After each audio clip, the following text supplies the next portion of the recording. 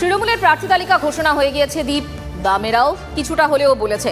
আর বিজেপির 20 জন, অন্তত এই রাজ্যের ক্ষেত্রে 20 জনের প্রার্থী তালিকা আমরা পেয়েছি, কিন্তু বাকি এখনো পর্যন্ত পাইনি। তবে 22 আসনের প্রার্থী বাছাইয়ে আজ বিজেপির বৈঠক দিল্লিতে। কেন্দ্রীয় নেতৃত্বের সঙ্গে আজ বৈঠকে সুকান্ত, শুভেন্দু।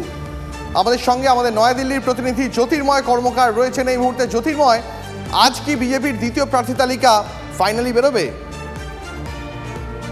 তালিকা প্রকাশ হবে কিনা তা নিয়ে বেশ কিছুটা প্রশ্নচিহ্ন রয়েছে, কারণ সেন্ট্রাল ইলেকশন কমিটির বৈঠক হতে পারে। প্রধানমন্ত্রী যেদিন সময় দেবেন সেদিন সেন্ট্রাল ইলেকশন কমিটির বৈঠক হবে এবং তারপরেই প্রার্থী তালিকা প্রকাশ হওয়ার সম্ভাবনা রয়েছে। কিন্তু যেটা গুরুত্বপূর্ণ, আজকে সুকান্ত মজুমদার এবং শুভেন্দু অধিকারী তারা দিল্লিতে রয়েছেন এবং ইতিমধ্যেই বৈঠক শুরু হয়ে গিয়েছে। দুটি বিষয় নিয়ে সেখানে আলোচনা হচ্ছে।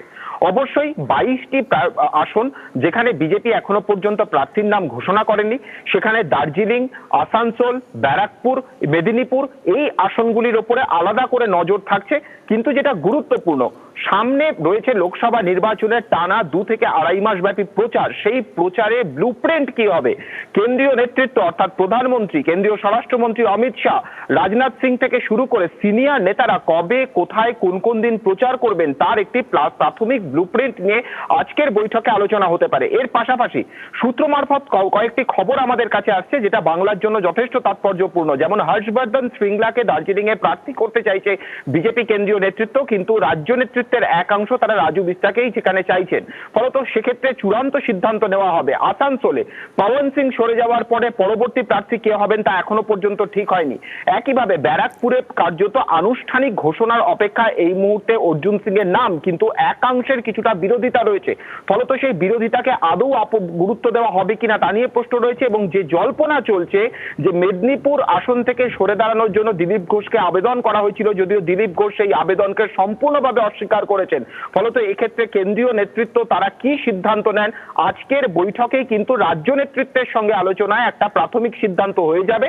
পরবর্তী ক্ষেত্রে প্রধানমন্ত্রীর নেতৃত্বে সিইসি বৈঠকে তাতে চূড়ান্ত সিলমোহর পড়বে বলে আমরা সূত্র মারফত খবর পাচ্ছি।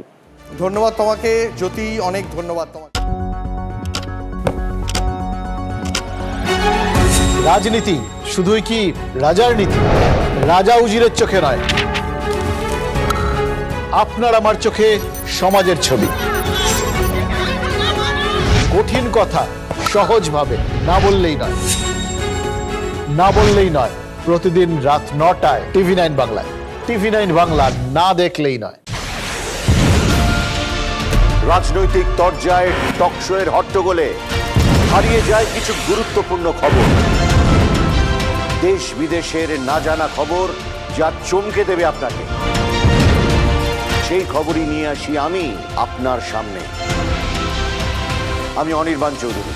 দেখুন স্ট্রেট কাট সোম থেকে শনি রাত 10টায় TV9 বাংলায়।